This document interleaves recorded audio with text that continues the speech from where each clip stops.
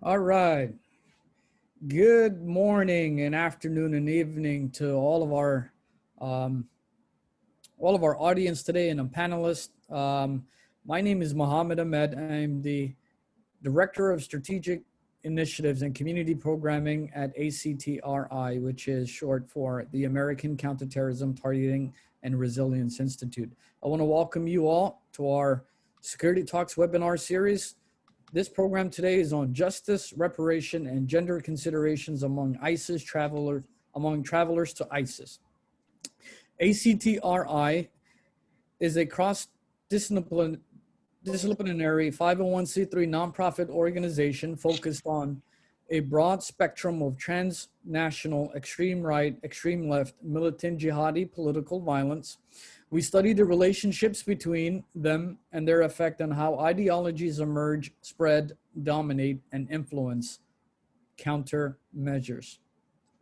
I want to give a brief shout out to our ACTRI Research Advisory Board members. Thank you for supporting our work at ACTRI. Thank you for providing your valued experience, time, and challenging us to always do better and move our organization forward.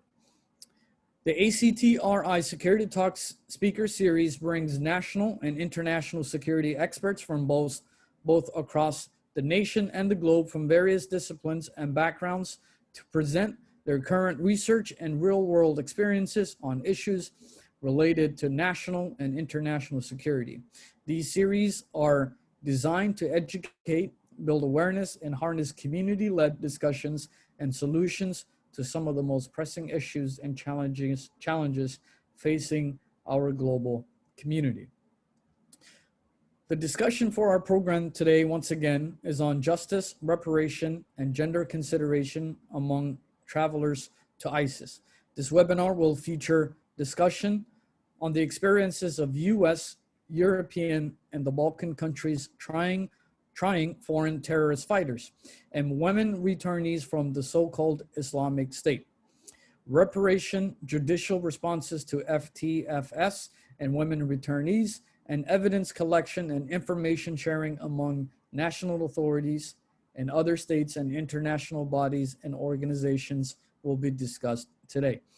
The panelists will highlight experiences of countries that have actively repatriated their citizens from Syria and Iraq, men, women, and children. A recent UN CTED report highlighted prosecutorial practices among member states with regards to prosecution of women travelers to Iraq and Syria and underscored the need for more gender-sensitive criminal justice response. In this regard, the panelists will further speak to the findings as well as highlight the complexities associated with the prosecution of women travelers to Iraq and Syria. Today we have multiple guests on our panel who will speak to these various different issues. Now, brief introduction, we will go in order, starting with Dr. John Goodek for his opening remarks on foreign terrorist fighters and travelers to Iraq and Syria and legal implications. Mr. Goodek, Dr. Goodek, serves on the ACTRI Research Advisory Board and has traveled and worked throughout the world, including years working in Russia and the former Soviet Union. He has provided training for US state and federal law enforcement, government agencies, and special operations military units. He has authored several books: Terror at Baslin, a Russian Tragedy with Lessons from America's Schools, Shooter Down, the dramatic untold story of the police response to Virginia Tech massacre. Along with co-author Police Commissioner Joseph M. Bale, and When Terror Returns, the History and Future of Terrorist Mass Hostage Sieges. He holds a PhD in Middle East Studies from King's College in London. His dissertation was on the evolution of jihadi terrorist mass hostage siege tactics throughout the world and formed the basis for his latest book, In 2016, he completed a master's program in Buddhist studies. He also obtained his doctorate of law, JD, from the University of Denver College of Law. Mr. Goodek, the floor is yours. Thank you, Mohammed. Hello to everyone. I want to thank especially ACTRI and particularly Ardian and Allison in my relatively short association with them. I think they as individuals and the organization has proven itself to be a remarkable body doing really great things. It's a particular honor to be here among this panel. If I hadn't been asked to actually participate in this, I would have really enjoyed just being a member of the audience, as I think it is a truly impressive group of people, professionals, practitioners, who are actually out there today as part of their jobs, doing this, dealing with these issues. Something that I really can't claim. I particularly would like to thank Dr. and retired Major Richard Hubank for getting me involved with this organization, which has resulted in me participating here in this panel discussion today.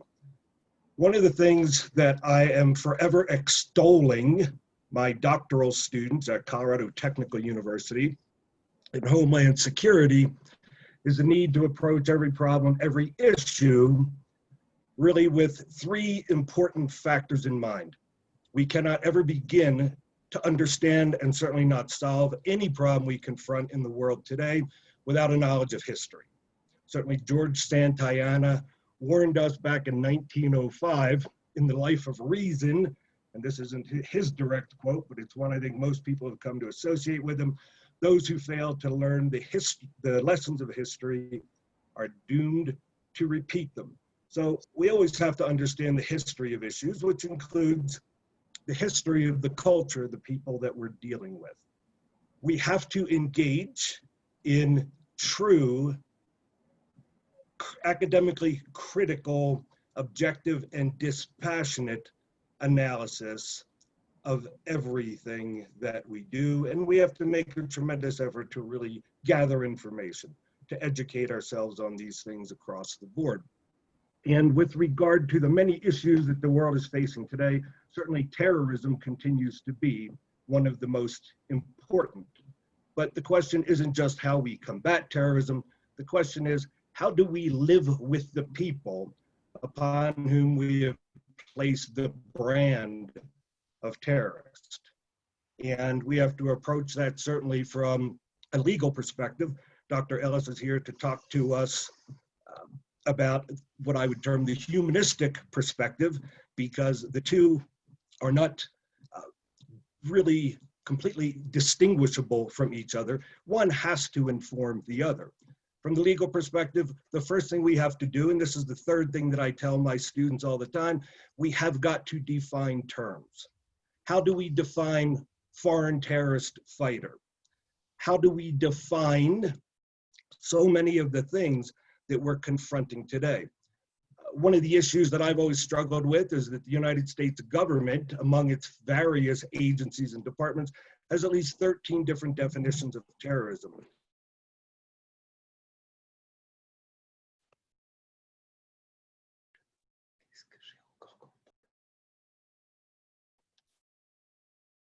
If the United States itself cannot agree on what exactly terrorism is and what a terrorist is, how is the world to come together, especially the world community that is dealing with this issue? How is it ever to come together, agree and arrive at a single commonly accepted definition and understanding of terrorism, and then proceed from there? And ultimately, we have to ask, what are we going to do with these people? We're here to talk about a lot of things today: repatriation, retraining, if you will. Some people call it de-brainwashing of people who have become radicalized.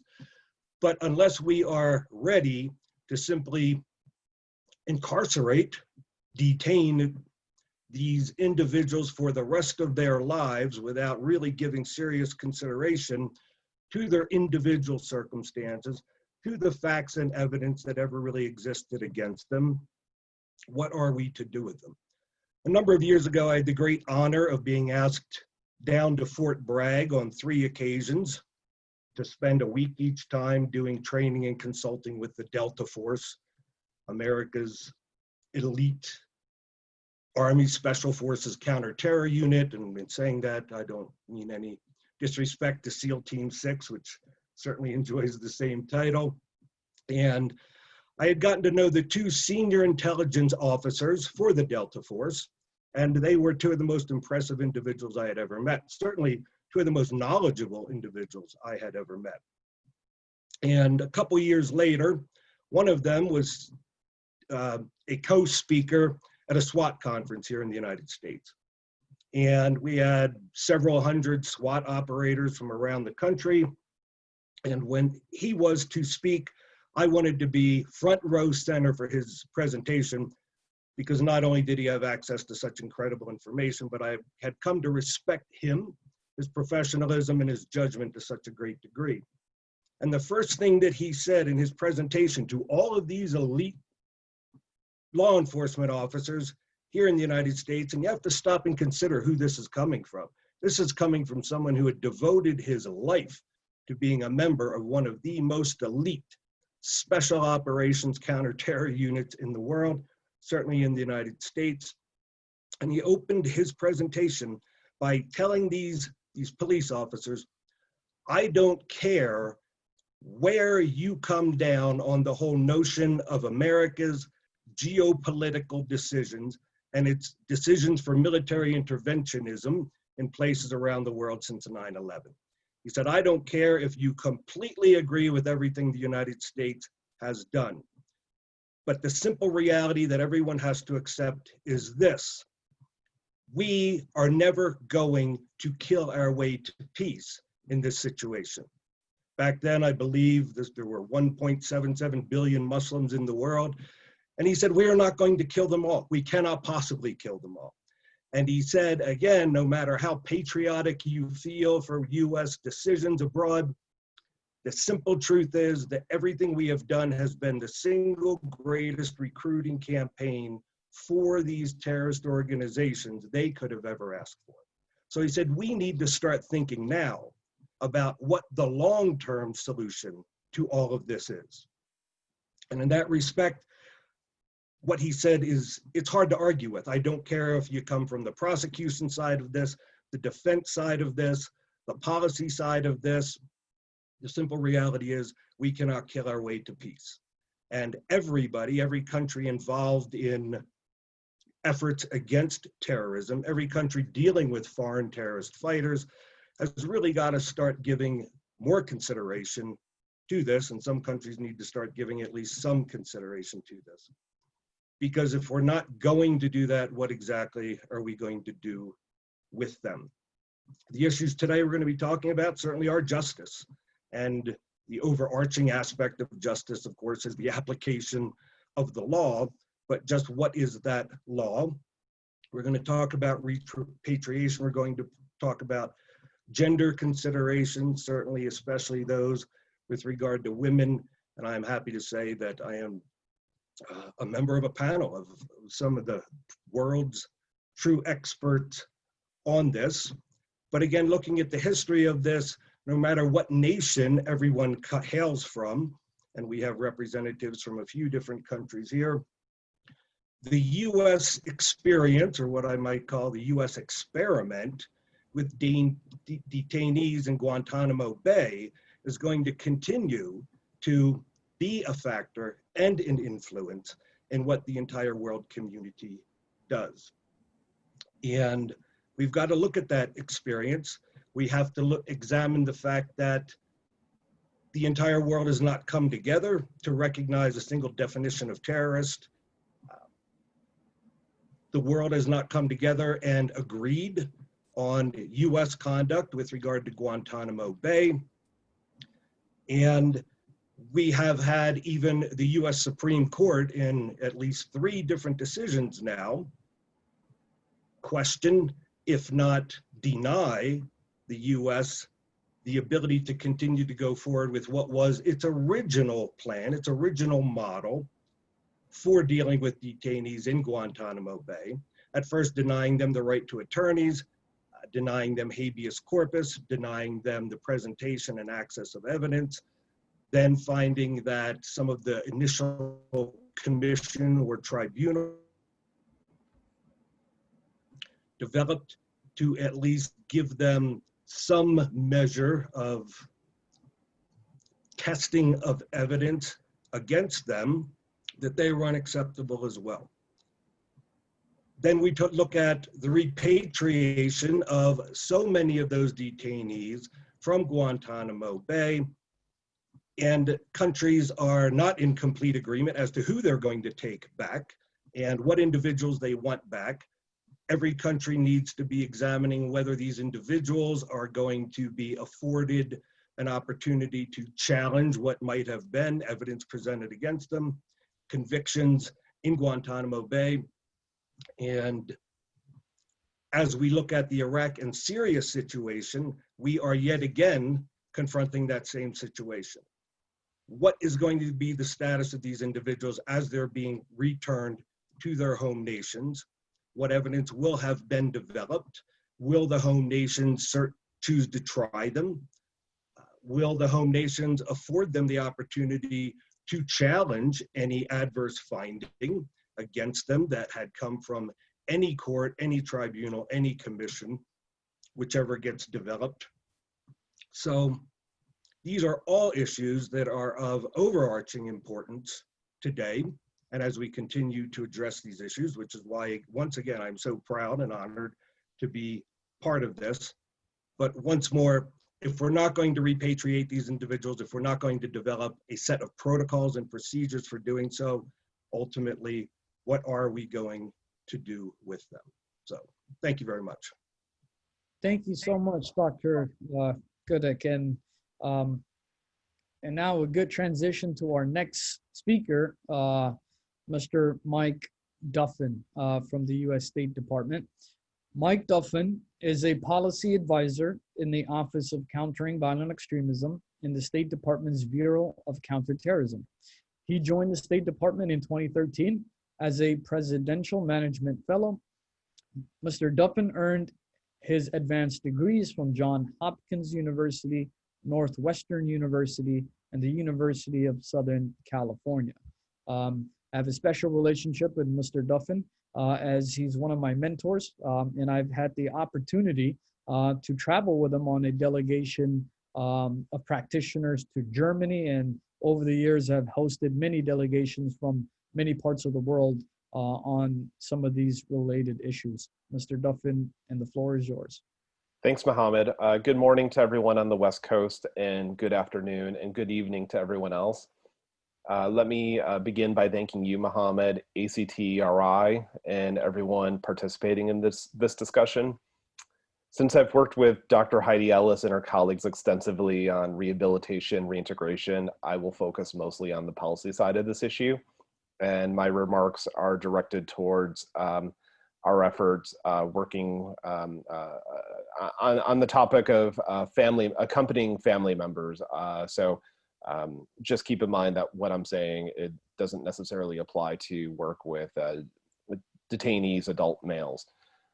We continue to confront a complex challenge with the return of foreign terrorist fighters and family members from the war zone in Syria and Iraq. We're grateful to our partners around the world who have repatriated their citizens and are taking actions to ensure these people permanently disavow terrorism.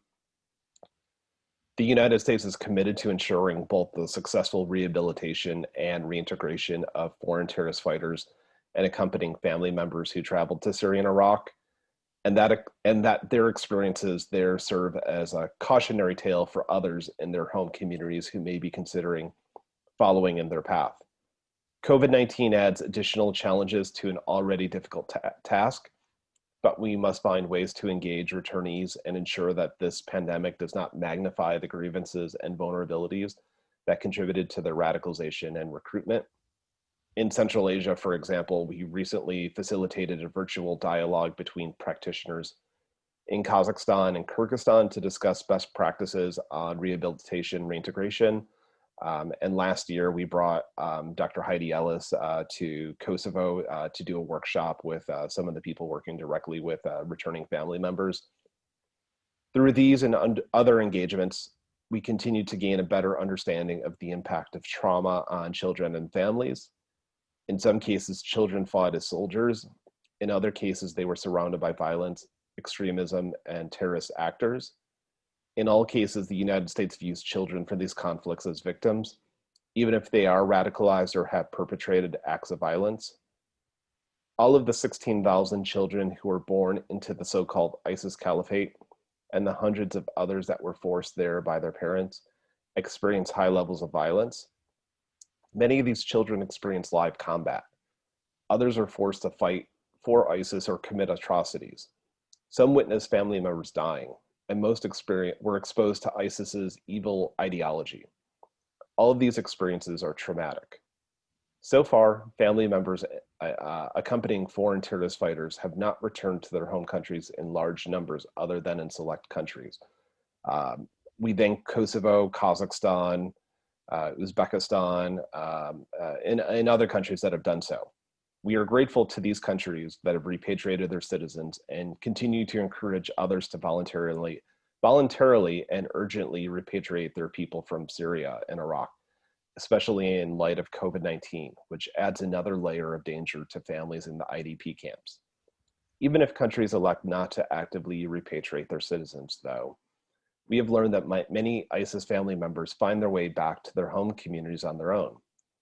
Our chances of confronting these challenges head on to create the greatest likelihood of a positive outcome for all are greater when families are brought home through a formal repatriation process than if we ignore the situation and returns happen informally or illicitly. Either way, we must be prepared to address the risks these individuals pose both now and, if not addressed properly, when they return. We know from experience that if we do not develop effective rehabilitation reintegration programs, these children could become the next wave of terrorist fighters or supporters. I also want to stress the importance of ensuring the long-term health and well-being of returning children. Some of the challenges these children face are immediate, but some may not rise to the surface for years. It is important for communities to have trained professionals and resources to ensure that problems these children face months or years from now are addressed. This is why we're making a significant commitment to ensure ISIS does not reconstitute itself, and so no other group rises from its ashes. This year, we have committed over $1 million for capacity building programs on rehabilitation and reintegration for family members of foreign terrorist fighters across multiple regions. In addition to that commitment, we support the implementation of Women Without Borders Mother Schools program. Working with local partners, Mother Schools aims to facilitate community engagement and cement the role of women in CVE initiatives. The United States has supported mother school programs in Bangladesh, Belgium, Kosovo, Montenegro, and North Macedonia, which is in addition to the mother school programs supported by other donors. We commend the Global Community Engagement and Resilience Fund, or GSER, for beginning rehabilitation reintegration programs in Albania, Kosovo, North Macedonia, and Tunisia. The United States is a proud donor to and board member of GSER. Lastly, we are increasing our support to the Strong Cities Network to ensure local governments around the world have the tools to help communities address the vulnerabilities that contributed to foreign terrorist fighter departures. Together, we in the CVE space are all operating in very unique times, to say the least, with unprecedented challenges and opportunities, be they related to the pandemic or rehabilitation reintegration. Given that we are in relatively uncharted territory right now, we can certainly expect some ups and downs, as well as the need to evolve our responses as we move forward with this work. Thank you.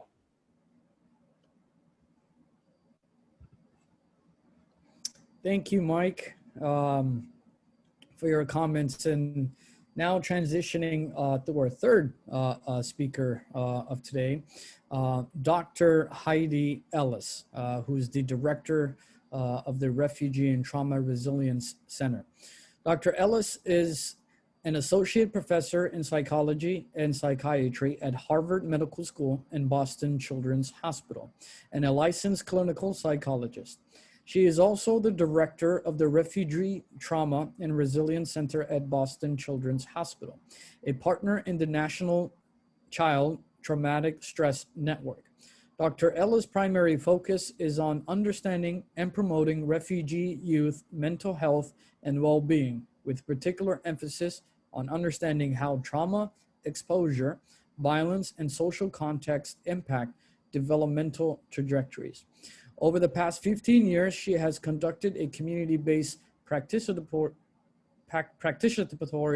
research program with the Somali youth and was a principal investigator in multi-site longitudinal research project examining developmental pathways to and away from violence, including ideological violence, gang involvement, and constructive civic engagement.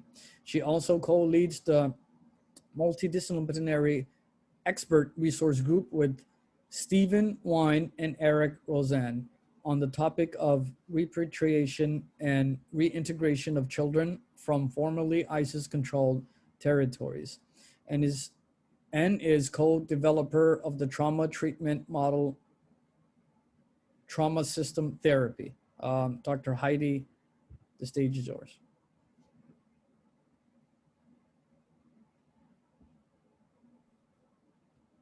Great, thank you so much. Thank you to ACTRI for the opportunity to speak here today and for everyone who is taking time out of their schedule to listen. I think as is clear from the diverse expertise on this panel and what we've already heard, the issue of repatriation and reintegration cuts across many different levels, from legal to policy to practice. What I want to focus on with my bit of time here today is on thinking very specifically about the child, the experience of a child who has lived under ISIS, and how we as members of civil society or governments can try to help them move forward. Children live within layers of what developmental psychologists refer to as the social ecology. This means they live in families, they go to schools, they have neighborhoods, communities, and a larger society around all of that that shapes the laws and culture in which they live. I think of these layers of the social ecology as providing the basic scaffolding that we depend on, that we expect as to help us in raising healthy, well-functioning children and ultimately citizens. But we know from decades of child development research that disruptions in any one layer of the social ecology can have profound implications for the developing child at its core. In a situation like ISIS, every one of these layers of the social ecology has been disrupted. At the societal level, children were exposed to ongoing conflict and war, public executions, and widespread resource deprivation. Schools, normally a place of safety, instead integrated in the K through 12 curriculum, the whole curriculum was imbued with violence, so that even a math class used images of bombs or destruction to illustrate mathematical concepts. Within the family, some kids may have experienced their parents as protectors, but for others, the parents themselves may have been sources of threat. We know that in situations of conflict, domestic violence and child abuse increases. And we also know that children regularly experience loss or separation from parents, or witness their parents be terrified and helpless, or victims of violence themselves. So unquestioningly, we need to grapple with this question. What does this mean for the developing child at the core of such a horrific social ecology? And what does that mean for successful reintegration and rehabilitation? So to answer this question, I think we need to think about the ways in which our brains have evolved to manage threat. I'm not going to go too deep into neurobiology here, but it is true that our brains are exquisitely designed to promote survival in the face of threats, why humanity is still around, even through a pandemic. When we experience trauma, there are shifts in our emotions, our behaviors, and how we perceive and process both ourselves and the world around us. So these changes are incredibly adaptive when we're faced with real danger. They help us to survive. But when a child lives in an environment of chronic or severe threat, the brain systems that perceive and respond to threat can become potentiated, meaning that they begin to respond as if there's a true threat, even in settings that are relatively safe. What this means is that you can take a child out of an unsafe setting like ISIS or Al-Hol and reintegrate them to a much safer context, but their brains may continue to respond to minor stressors in the environment as if their survival is at stake.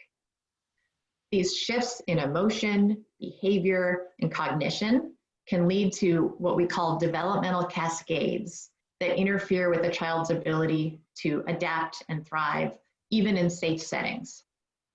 Okay, so think for a minute now about the social ecology of a child who's being repatriated to whatever country.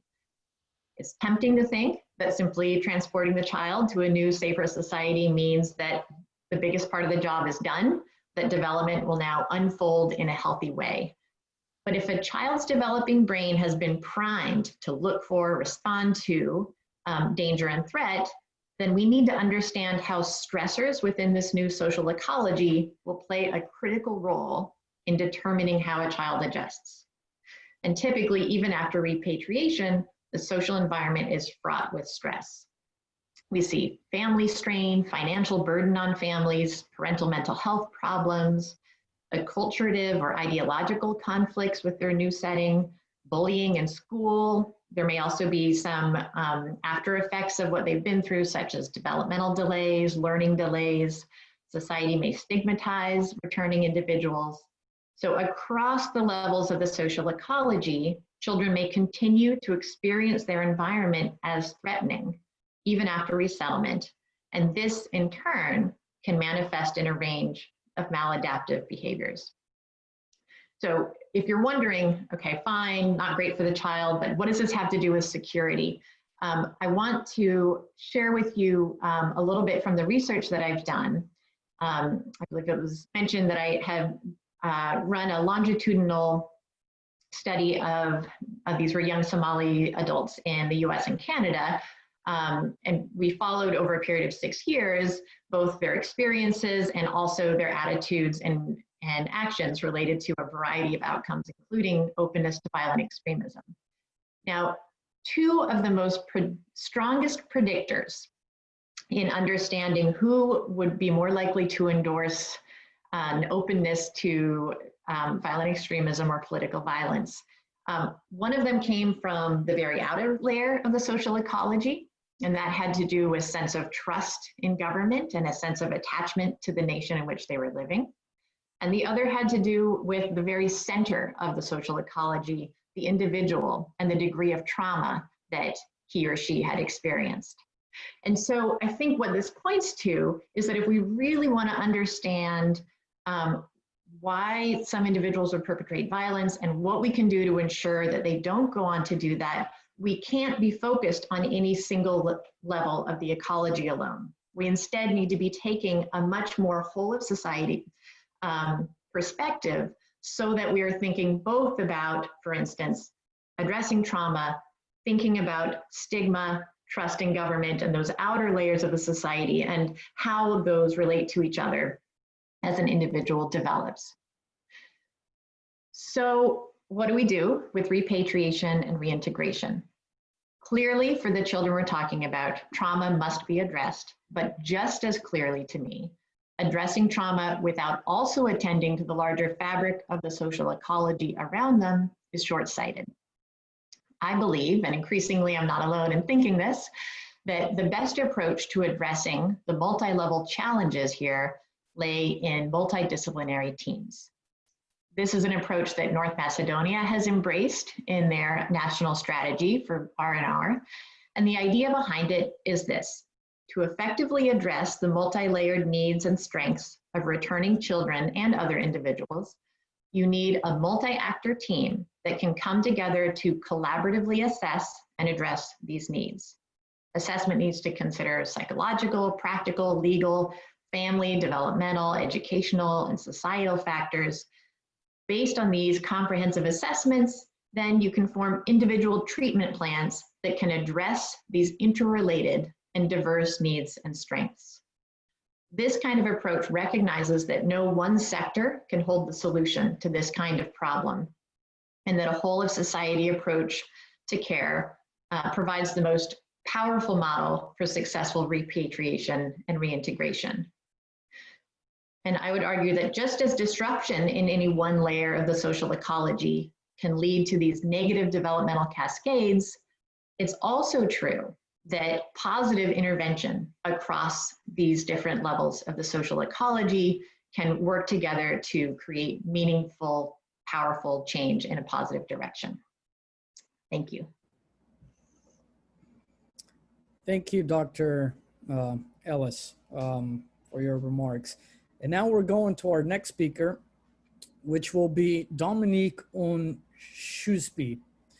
Dominique graduated from the University of Paris in Masters 1, 2, and first year of law. He obtained his doctorate in 1981. He briefly worked as a chartered accountant and then was drafted for 1 year in the French Army. Following his military commitment, he started practicing criminal law, mainly practicing common crime defense, such as murder, drug trafficking, and so on. Between 1989 and 1990, he was invited to join a team of African lawyers in Mali for a trial of the former dictator. He later found himself traveling and working in El Salvador, Azerbaijan, and other parts of Africa, including working on sensitive cases in Gabon. With ISIS emergence and the eventual collapse, he traveled to Syria and also worked with the Syrian Kurdish representatives in Paris on how to lodge criminal and terrorism-related cases before French, EU, and UN courts, including on how to set up an international anti-terrorism court. Dominique is the author of several books, including Miscarriage of Justice in 2010, and also French translation of the UK Habeas Corpus Act of 1679. A major part of his work is dedicated to a comparison between French and US, UK, and Canadian criminal proceedings, especially with regards to miscarriages of justice and the gathering of evidence. He is a registered on the defense lawyers of the ICC. He is also a lecturer at the University of Paris, fraud offense case law, and at the National Gendarmerie Academy. An introduction to the US, UK, Canada, French criminal proceedings and comparison. He is also a scientific director of one of the French criminal law encyclopedias. Mr. Schusby, your comments. You're on mute.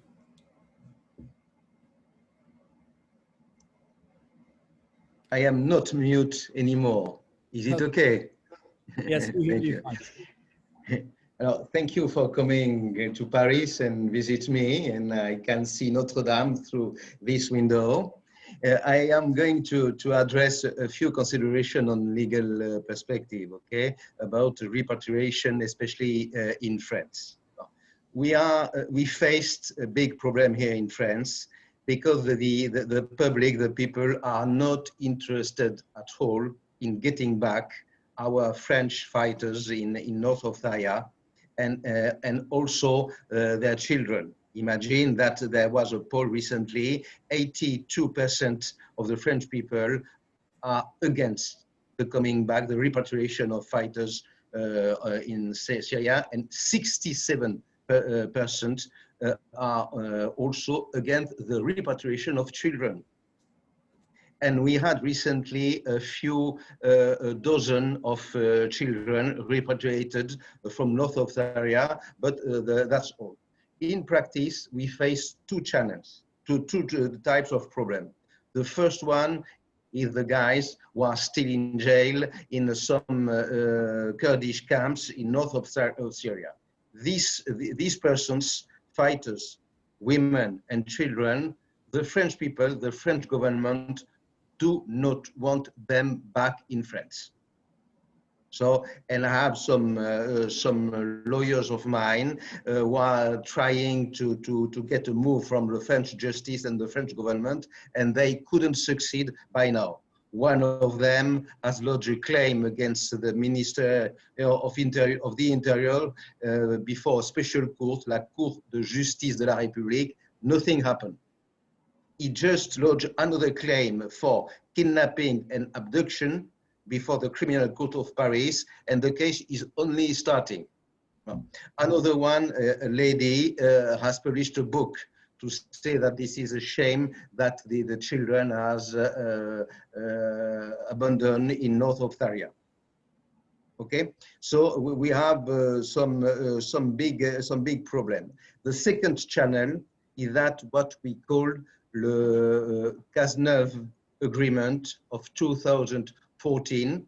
The Cazeneuve Agreement is from the name of the Minister of Interior by that time, Monsieur Cazeneuve, and this is an agreement between France and Turkey in order to organize the way that when some people escaped from camp in north of Syria and came to Turkey, when they are French, the Turkish authorities call the French government, some French police officers come to Turkey, take the guy back and bring them back in France. It seems that since 2014, there are almost 300 adult people who came back, among them 110 women and plus 152 children back through this Turkish channel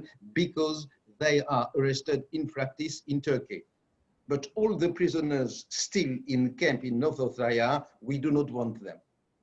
So we face a big problem about that.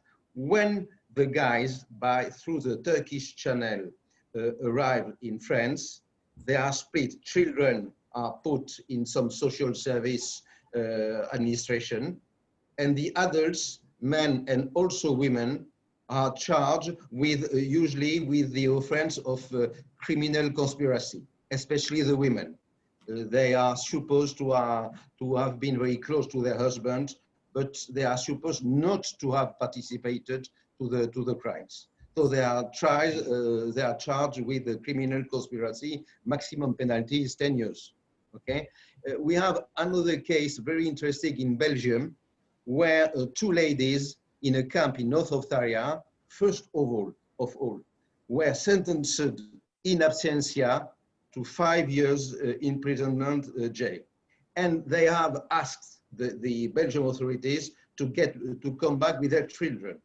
A first court in Belgium say okay. A second court, the Court of Appeal, say no, we do not want that. So this is a summing up of the way the Western countries in Europe are dealing with this kind, with the repatriation problem. Okay. Alors, now I address some specific issue about a very important point, the gathering of evidence. Okay. In the French justice, in the justice which come from the French justice, like the Belgian one, the evidence is free. We do not have any admissibility problem like in the UK, US, and Canadian system. We do not have an assessment of whether an evidence can be put or not in a case. We gather everything, we put it in the file, even when we speak of hearsay evidence. And then the examining judge and the judging judge are making their inner conviction. So it is very easy for us to check an evidence. It is less evident to check, to gather the evidence, but when we get any piece of evidence, it is put in the file. So it is easy to issue or to return a sentence because anything can be an evidence and it is put in front of the inner conviction of the judge. So the French criminal justice, related to the evidence problem, is wide open, okay? Voilà. So these are very important to me, very important consideration. I can add, and I will finish about that. I have worked a little bit about the possibility of an international anti-terrorist courts, which could be set up in north of Syria. And in my opinion, the best way would be not to create a new international court, because it is very complicated according to United Nations decision, etc., etc. We could do what the Kosovo, for instance, does. This is specialist chambers put in an already existing justice system. And in north of Syria, there is already a justice system. And myself, I have visited, when I was there in July, I have visited the anti-terrorist court in Amuda, which was in charge of judging some terrorist fighters. And they already have a special law dated 2014, which make them available to make any legal decision. I am not in favor of setting up a new international court dedicated to this judgment. Voilà. It is over. I have finished my small assessment. Thank you very much. And now to our next speaker on the panel, which is Ade Dema, Mr. Ade Dema. Mr. Ade Dema is a Kosovo special prosecutor. Mr. Dema serves as a state prosecutor, special prosecution at the Office of the Republic of Kosovo, dealing with criminal cases, organized crime, terrorism, economic, and financial crimes. In the last 2 years, terrorism cases have remained his primary focus, considering the relatively high numbers of Kosovo repatriations from Syrian and Iraq conflict. Mr. Dema represents Special Prosecution Office and the state at the respective courts of the Republic of Kosovo and international institutions, including the evaluation and analysis of specific cases. Prior to work as a prosecutor, Mr. Dema worked as a project manager and legal expert with the UNDP. For 8 years, he has also worked with the Kosovo Customs, where he led in the position of Deputy Director, Director of Customs Investigations and Legal Procedures. Mr. Dema received his law degree at the University of Pristina, Kosovo, and his LLM Masters in American Law at Wake Forest University in North Carolina. Mr. Dema, stage is yours.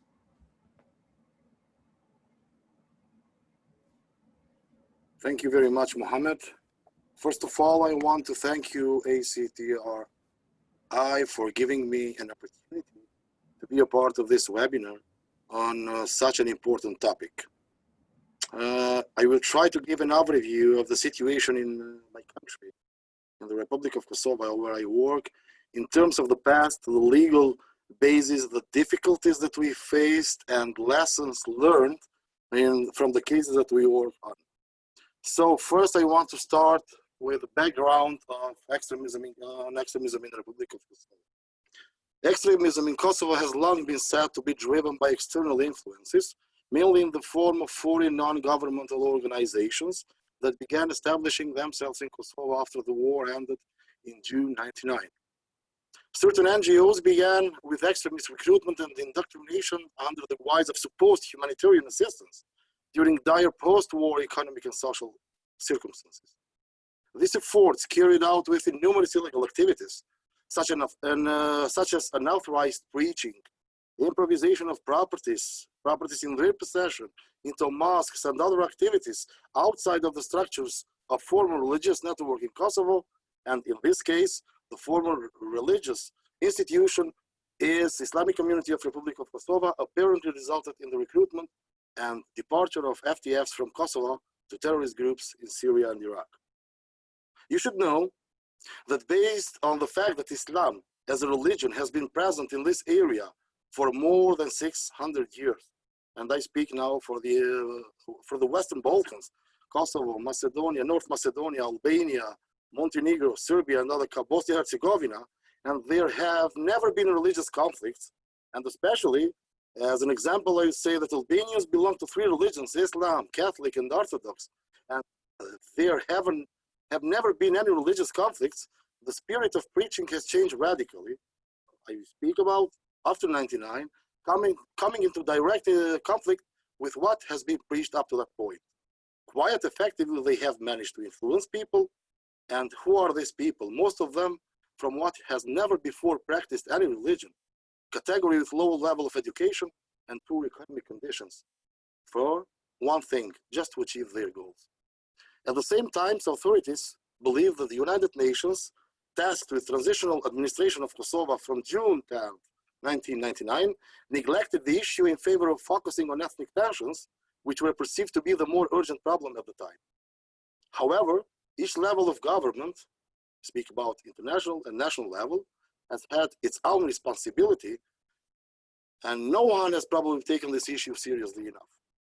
Not wanting to expand further on the chronological flow of factors that have influenced radicalization, my goal is to talk about the difficulties and legal bases which have emerged during the investigation of concrete cases, specifically by me.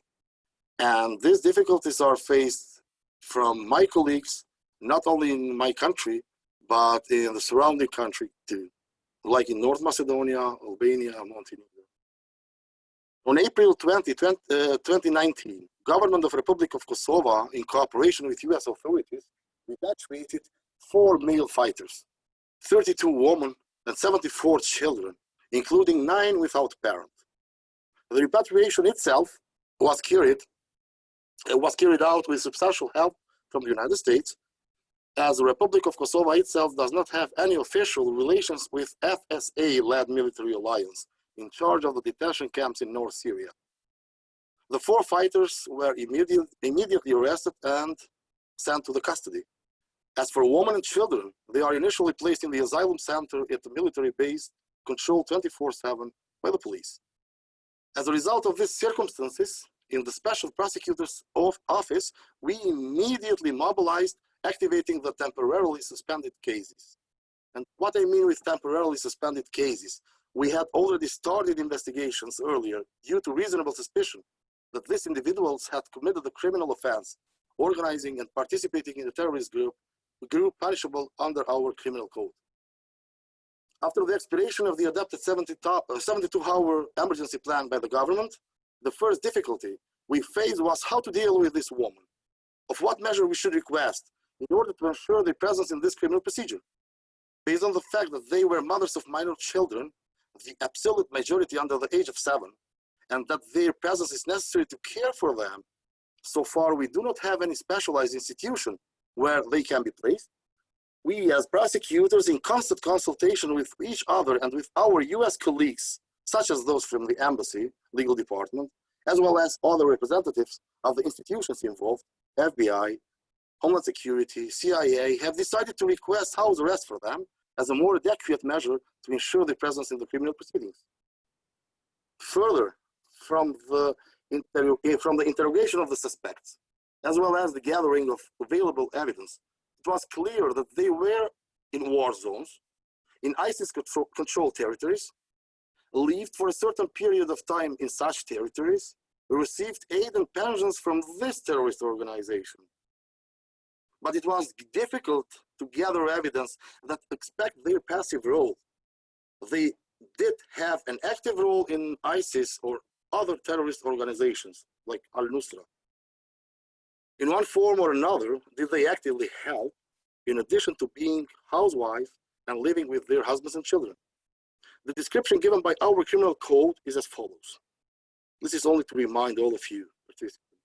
Whoever organizes or directs a terrorist group shall be punished by, etc., etc. So whoever organizes or directs a terrorist group. So it was clear that they had neither organized nor run a terrorist group. Paragraph 2 of the same article provides that whoever participates in the activities of a terrorist group. So based on this description of the law, We have held professional discussions on whether the elements provided in paragraph 2 are met and whether we can charge and submit the indictment without having procedural problems. After a proper analysis of the code, especially the expression activity, it was decided to file an indictment against them, which charges that each separately has committed the criminal offense under Article 143, paragraph 2 of the same code. So the criminal code of the Republic of Kosovo. So what we mean with an activity, the fact that they were there, they went voluntarily, all of these things. At the same time, all the evidence that we have received from the US authorities in order to use it in court had to go through the channel of international legal cooperation. And this action took us time, not because of the response. We received them in the proper time from the Department of Justice, but because of the procedure itself as such.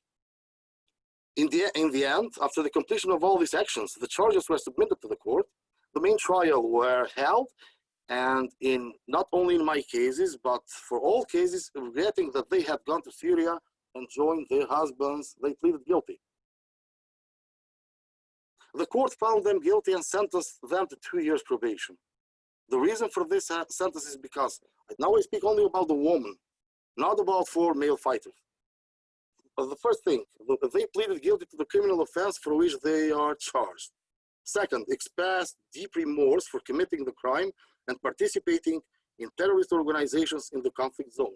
Third, experienced difficult financial situation and childcare. Fourth, the first time they had committed a criminal offense and violates the law. And all these points under our legislation are considering to be mitigating measures, which come as a result of pleading guilty in the main trial.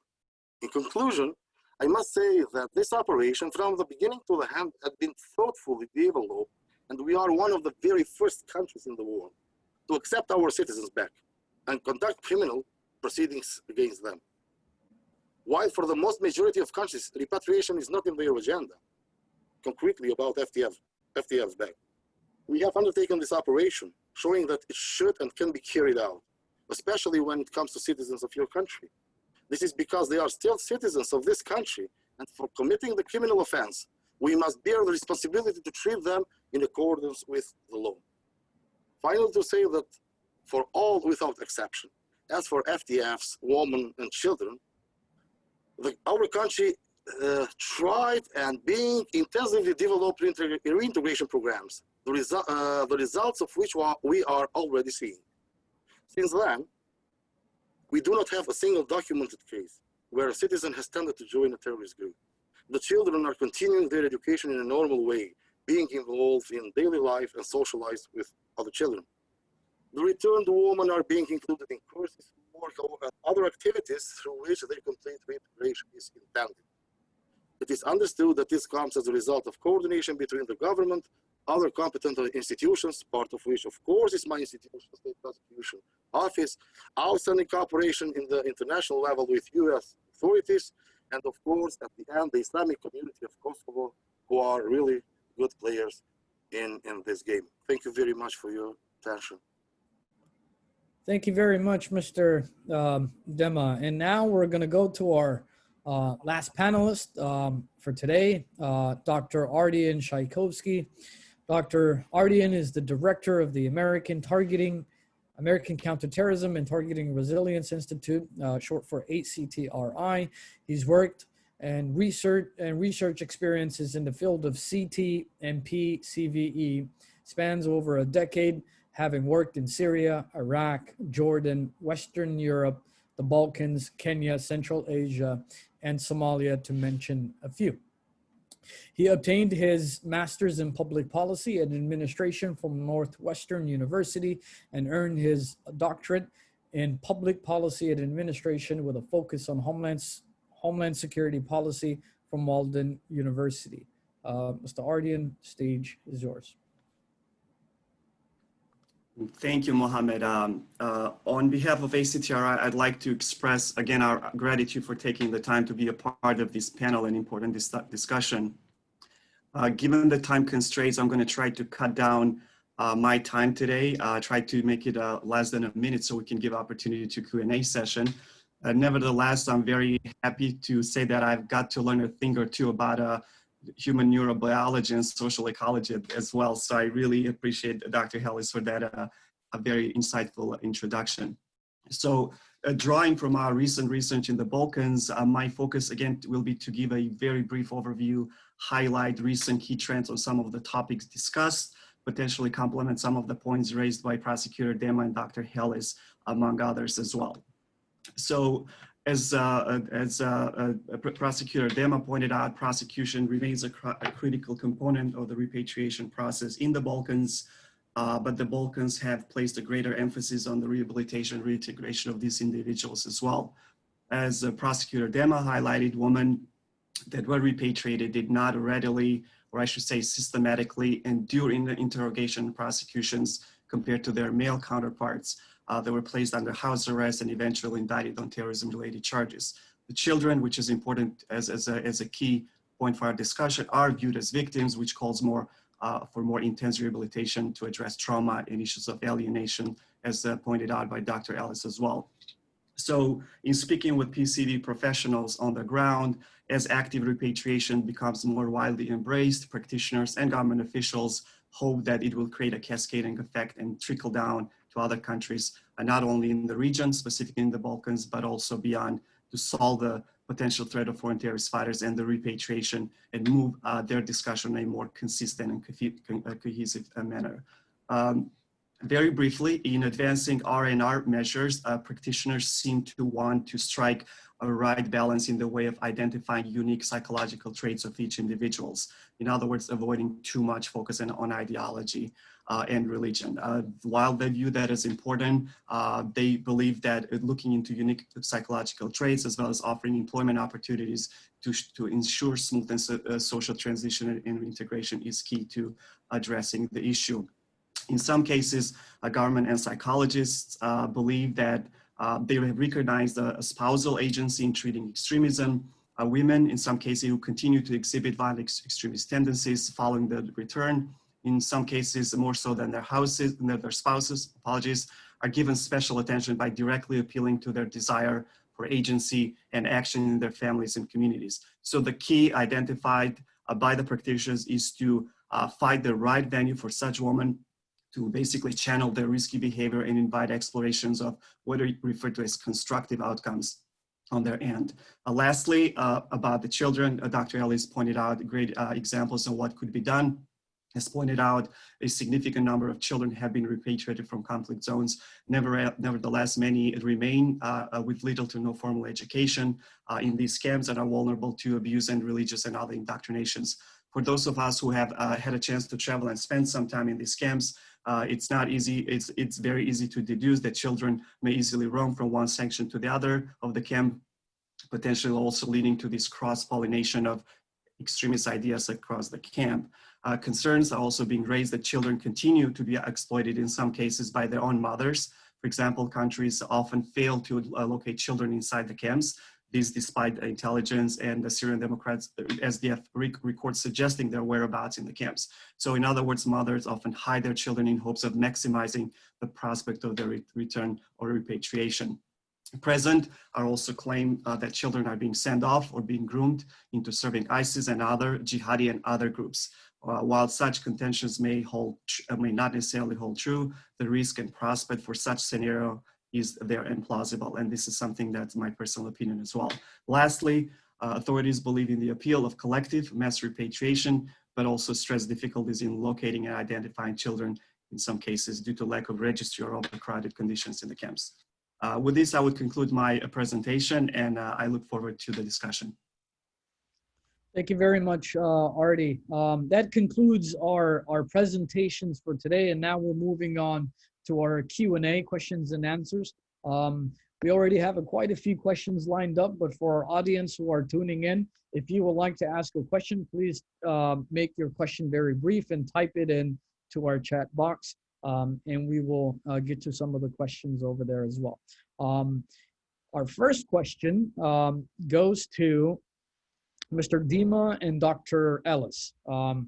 Some of the countries are outlining responsibilities of different institutions, ranging from intelligence to social and health services, in determining whether there is evidence to prosecute returnees and access and assess the risk of the type of risk that they may pose. This information is then used to determine the best course of action. For instance, whether an individual is prosecuted, or sent to counseling, or a combination of both, or any other outcome. So the question is, what are some opportunities or obstacles to such a model?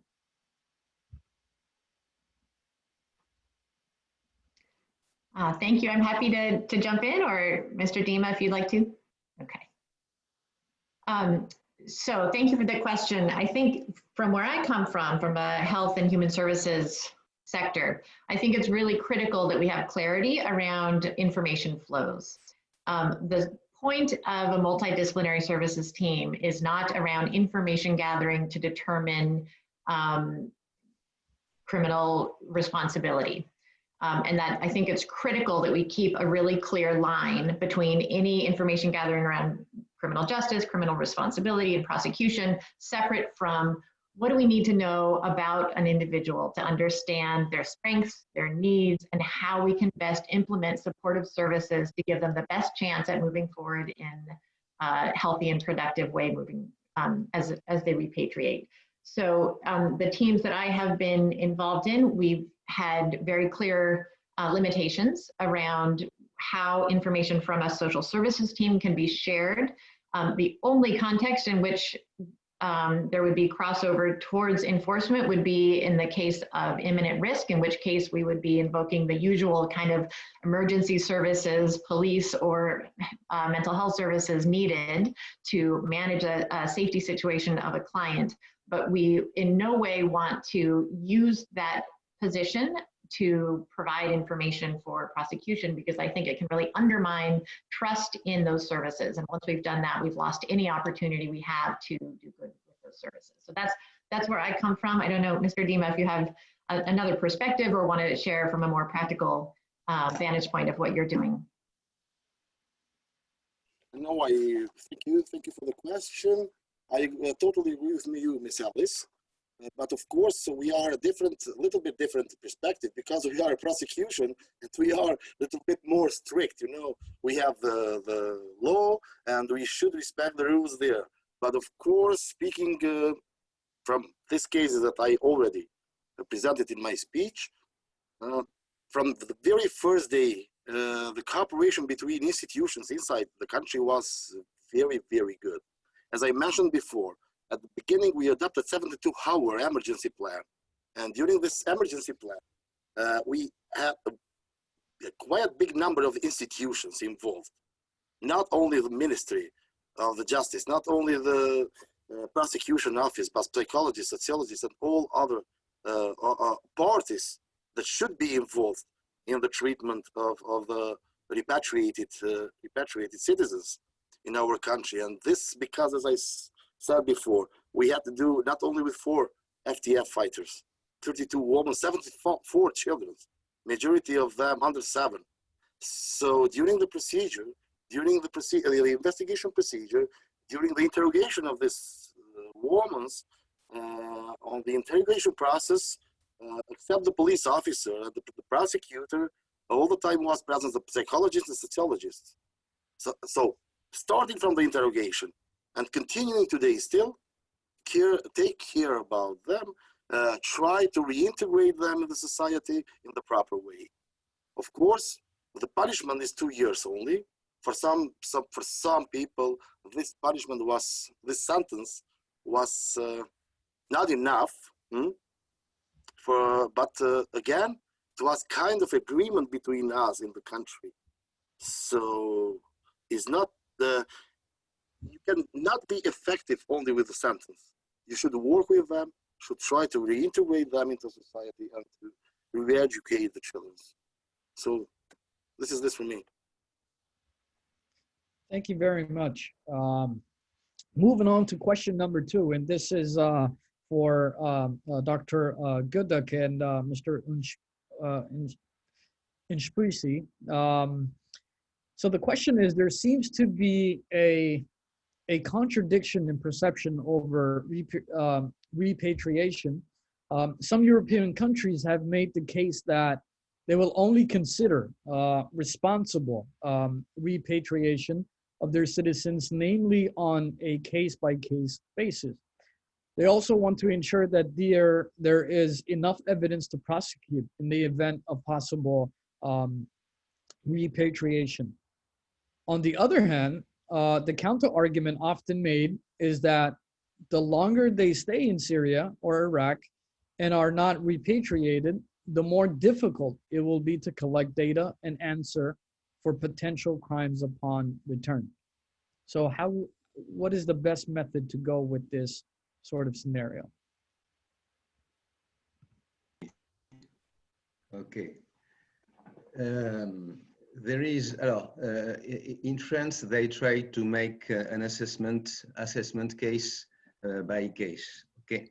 Well, then they do not want, like Belgium, like the UK, political authorities do not want the coming back, the repatriation. Then you have the problem. If you want to prosecute, the idea is that those guys must be sentenced in Iraq or in Syria. If we want to prosecute them in France, and we will have, because we have 200 or 300 people in this situation, the gathering of evidence is a problem. But as I told you, the access of evidence in France in a criminal case is very easy. And because the general trend of the criminal prosecution is to get a sentence, I think that we will not have that many problems to get sentence against those guys, even if there is, obviously speaking, a problem of gathering the evidence. But there is no problem of admissibility of evidence. So we are starting a very long fight, in my opinion. Is that okay? Yeah. Mm.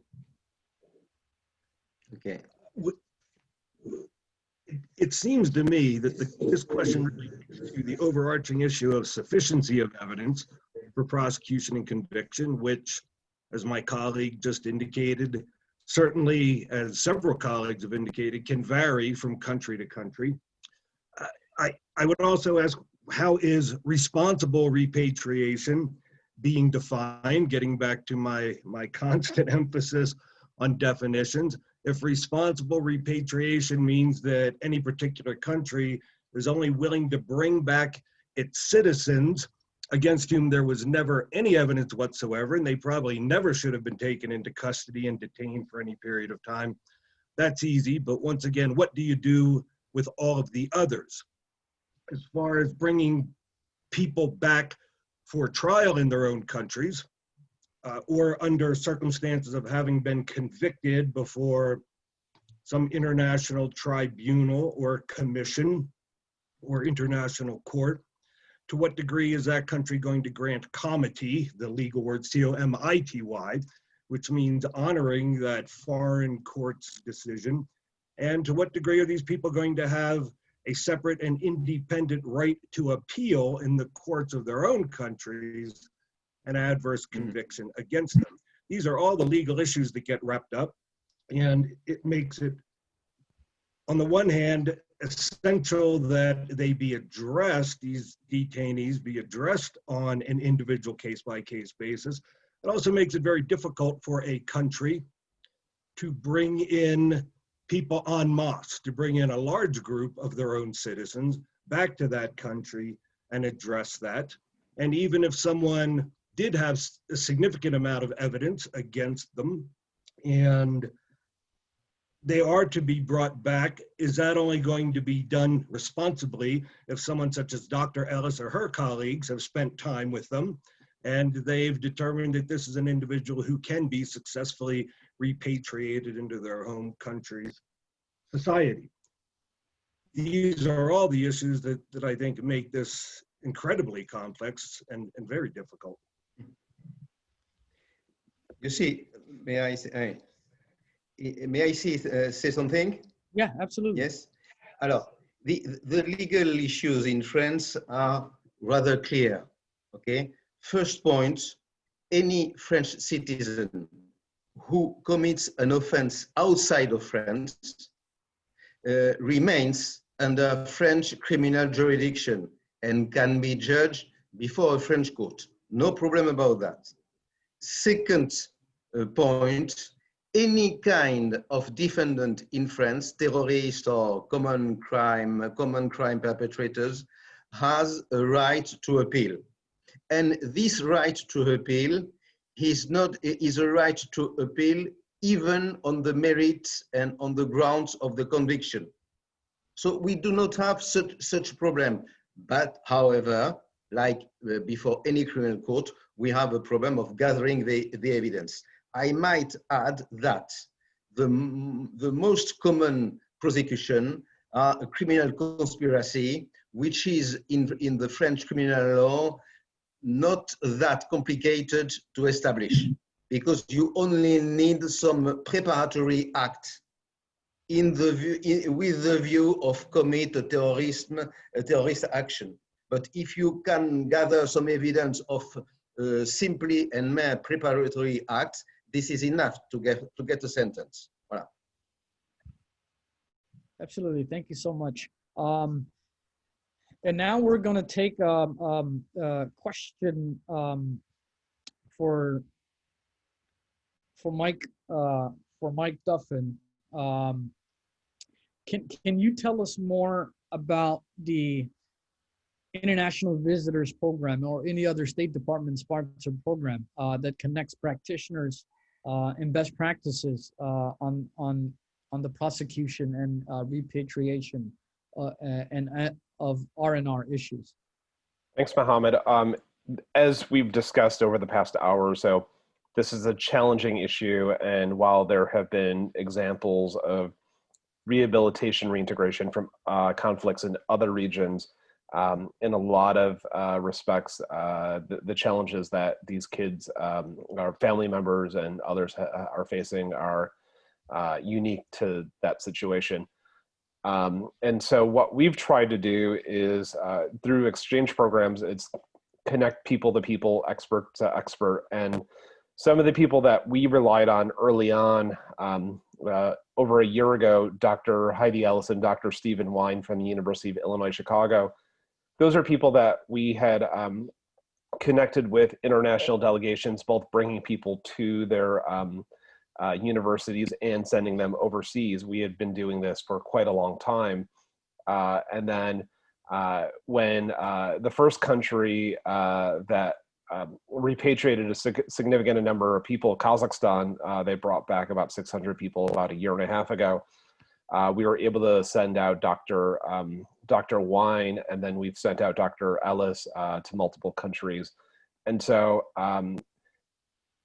I would just say that this is a complex issue, and we've been trying to, in the case of Dr. Ellis, with her work with the Somali youth, the refugees that resettled in the United States, her work, you know, and I think, you know, she's touched on this multiple times before, but how, you know, there may be differences, but there's a lot of knowledge that she had that once she met other practitioners, she recognized how to adjust, you know, approaches or whatnot. And so it's just to say that we need psychologists, social workers, religious leaders, and others talking to each other to understand the challenges that these individuals face, and, you know, not have people say, how can I say, people who have experiences working with kids who have experienced trauma, you know, from either gangs or domestic violence. That's relevant experience, but it doesn't transfer exactly over. And it takes a little bit of time for people to calibrate their knowledge and experience. So, you know, obviously travel has come to a halt mostly with the pandemic, but, you know, with virtual programs, you know, this could really set the ground for engagement. longer term. And that's one of the things that, with Dr. Wine and Dr. Ellis, that, by initial engagements, we're able to see, what interests there are with international counterparts in sharing best practices with others. And in the case of Kazakhstan, they traditionally were not a country that was very open to this type of engagement outside of their region. And so for them to embrace bringing back people and their rehabilitation reintegration program, they literally and figuratively opened the door for international experts in other countries to start a discussion about what they're doing. And we've seen how, as I mentioned, Kazakhstan has been a big help for Kyrgyzstan, who's looking to bring back some of their kids from Iraq. But then they've also talked to other countries around the world, and it's really, it's those type of discussions that are important. And as you know, you alluded to before, going to Germany for prevention programs, I would just stress that it's important that while these women and children and adult males do need some type of psychosocial help in the short term, realistically, they may not be going to psychologists, psychiatrists for 10 years. And so ultimately, when we've moved on to another challenge, it's important to have prevention programs in place. And so how do you, whether you're in San Diego or in Kosovo or elsewhere, how do you start a prevention program, a long-term sustainable prevention program? And so we've seen with programs, like I mentioned, Strong Cities and the Mother School program in North Macedonia, it's really helped that national government there develop a comprehensive plan so that, as I said before, if an individual, and we presume that the kids are innocent, but if something, if they have some issues down the road, there will be a community group that will help them instead of them running into trouble, which would be unfortunate. But that does run, there are a lot of parallels to the work that Dr. Ellis, the study that she did on the Somali refugee community in the US. Yeah, absolutely. Thank you. And a few more other interesting questions for Dr. Ellis coming up as well. But this next question goes to everyone on the panel who would like to answer, and it pertains to foreign fighters. So when individuals are repatriated, what mechanisms are in place, if any, to ensure individuals are not returning to the battlefield or looking to carry out attacks in the homeland?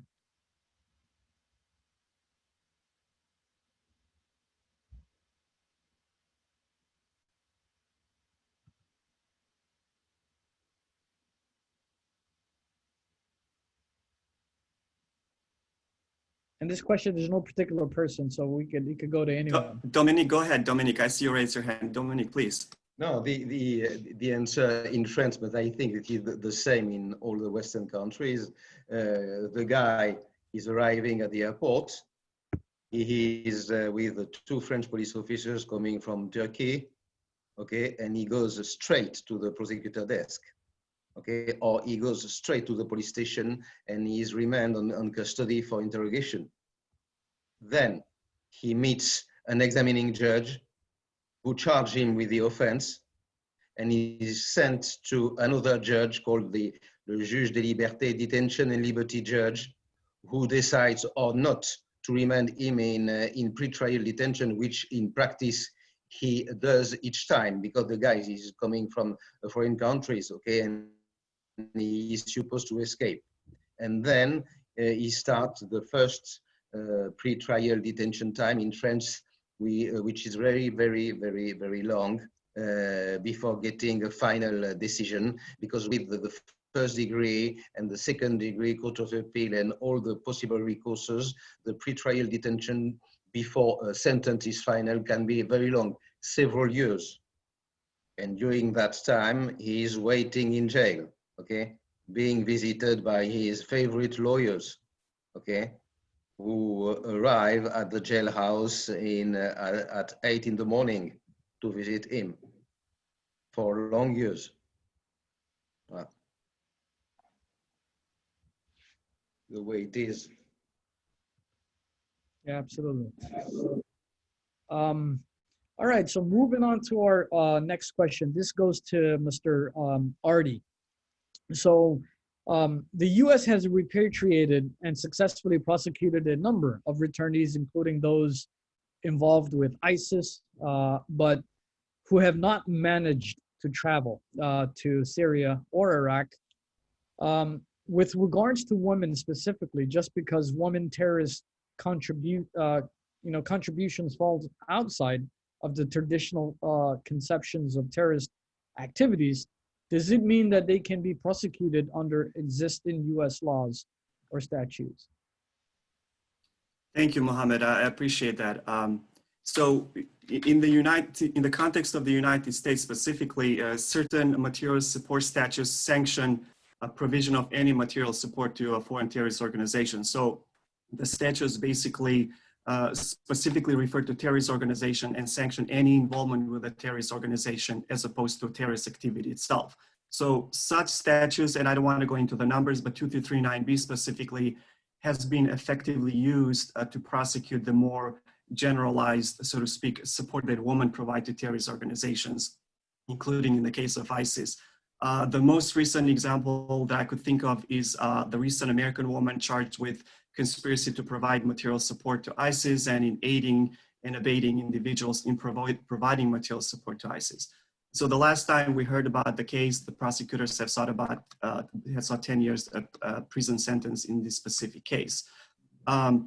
If we look at the social media postings that often serve to recruit new followers or incite into violence, whether it's in Syria or abroad, as evidenced in some cases here in the United States, such postings would qualify under material support statute and potentially lead to prosecution under these existing statutes.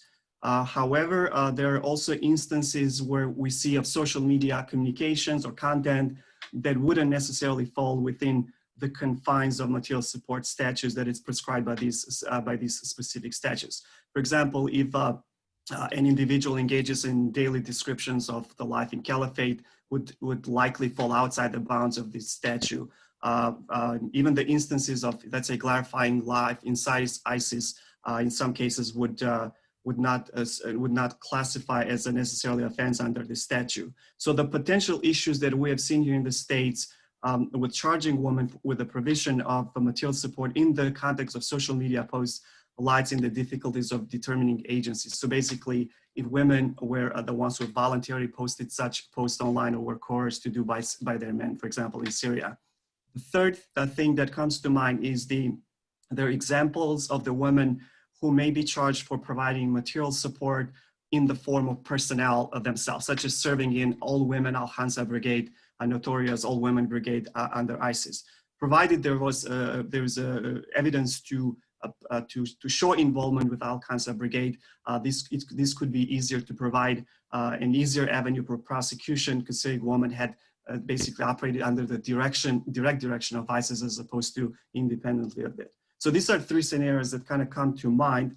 And then that we have, again, a legal expert would argue that in the States that providing such material support or service or personnel to ISIS, whether in social media context or serving in Al-Hansa Brigade, as I said, would be a clear violation of specific material support statute and possibly grounds for prosecution. I don't know, maybe John could fill us in with this question as well.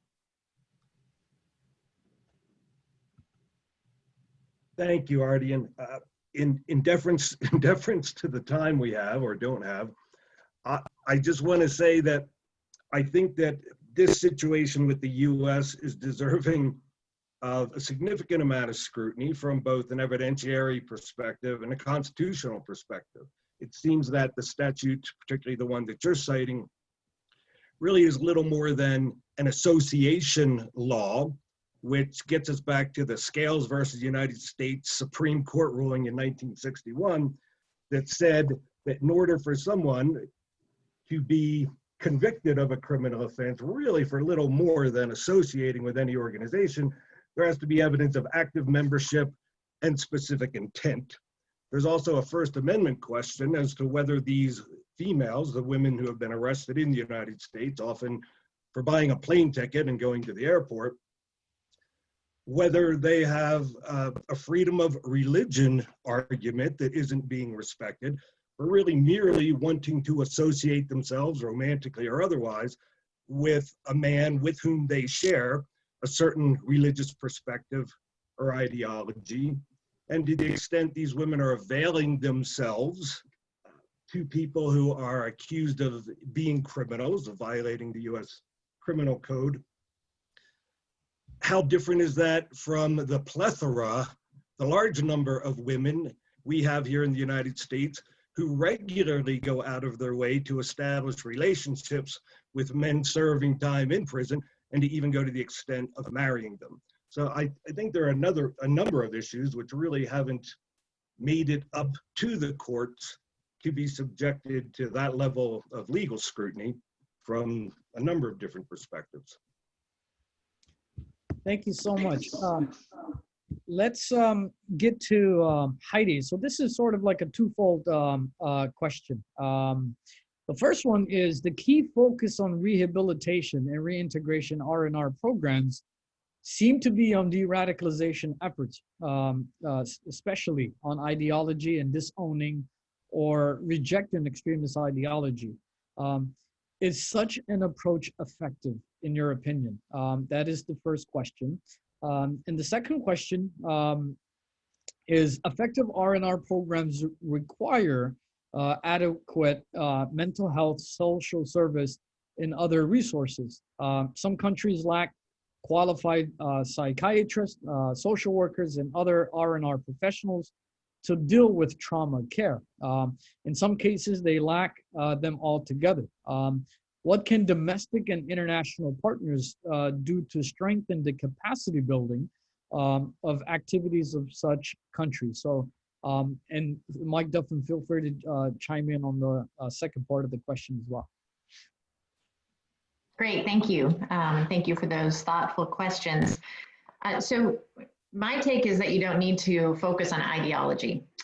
These are not de-radicalization programs. These are programs that seek to identify, what are some of the barriers to healthy development? What are some of the particular psychosocial challenges, needs that an individual might have, and how can you address those? And the way I think about it is that once you do that, once you've strengthened social connection with pro-social groups and individuals, once you've removed some of the barriers to healthy development that might be raised by trauma exposure, once you've kind of thought about societal acceptance and stigma and how to mitigate that you've positioned someone to have many more options in terms of how they relate to society and where they see kind of their future, their goal orientation. I also think constructive civic engagement avenues can be very important to embed in some of the intervention plans for individuals.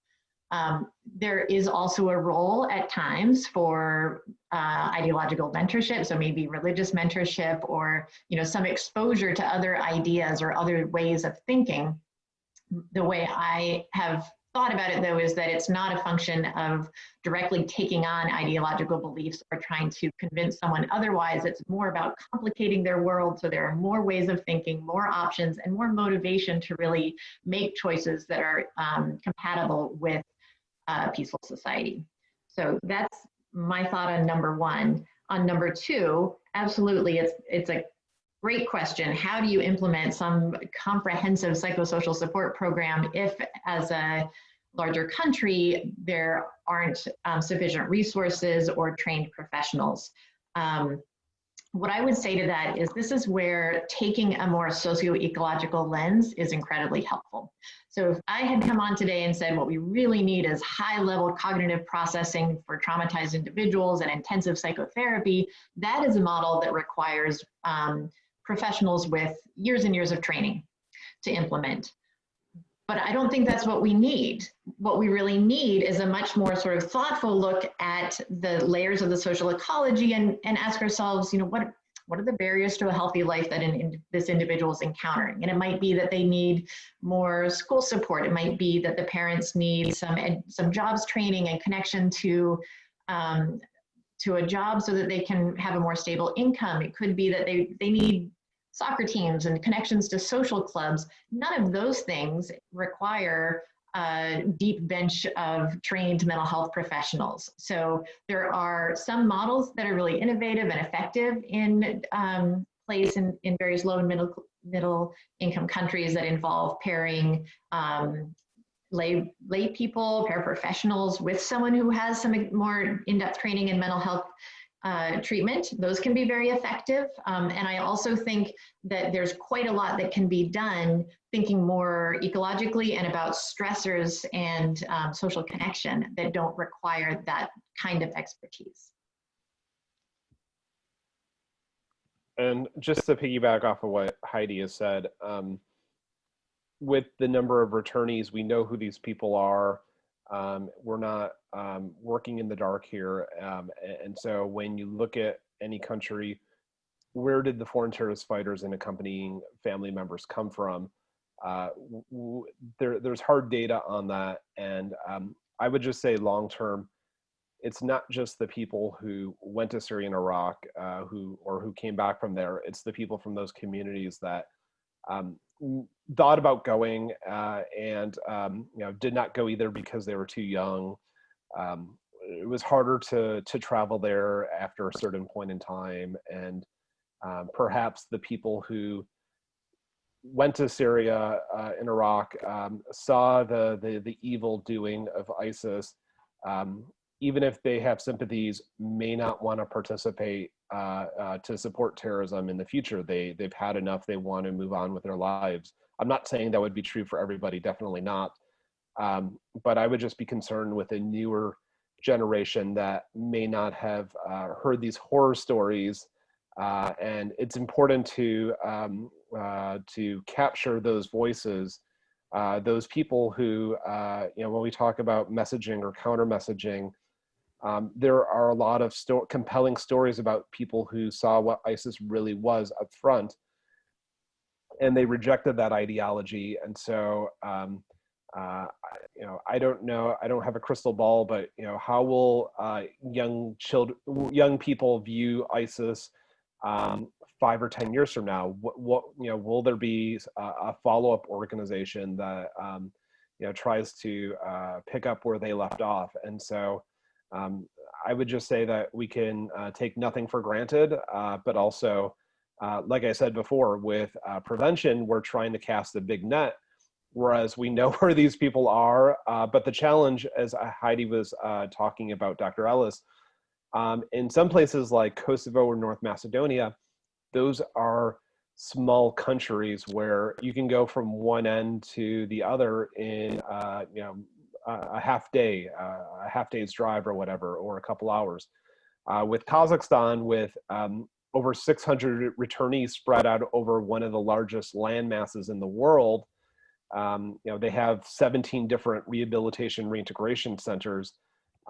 That's a challenge. And so I think the question is, how does any country or community tackle this issue when any capital may have a large concentration of talented individuals who have relevant experience that could apply to this problem set, but perhaps the radicalization recruitment to violence is not taking place in the capital city. And so how do you get that expertise? And certainly, whether it's global health or another issue, you don't necessarily need, it's important to have trained professionals, but you also can have individuals who can do their role in terms of community health. And I would stress with the US government, because of the First Amendment, the Establishment Clause, we're not trying to de-radicalize or get anybody to change their religious views. It's the qualifying to violence or to terrorism, disengaging from those violent activities that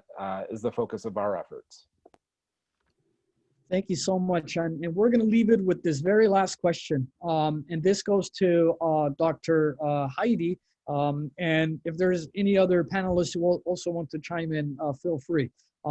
But it's often argued that prior exposure to ISIS extremist ideology, trauma, coupled with family issues, school-related issues, make children high risk for violent extremism in long term.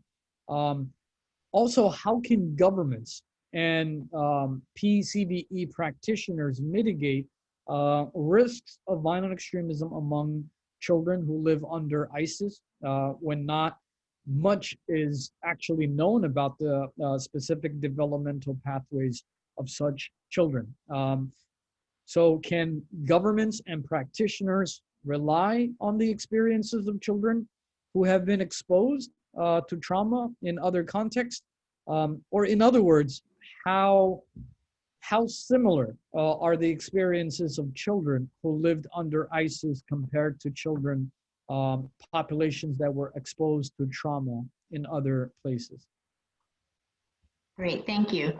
Yeah, this is a question that I've wondered as well, and actually in collaboration with Dr. Steve Wine, who you've heard mentioned here before, we sat down and did a thorough mapping of all the research of different groups of children who'd experienced adversity and what the research tells us about what are the what are the leverage points for positive outcome with those kids. And so we were looking at former child soldiers, we've looked at gang involvement, we've looked at child abuse, we've looked at a whole range of different groups, refugee children, kids who, if you think about this unique population, all of these other groups for which we have a much more deep range of research intersect in some way with some of the challenges of this group. So no, we don't know what particular needs this group has and what specifically will help them. On the other hand, there's a wealth of knowledge about the various types of stressors and challenges and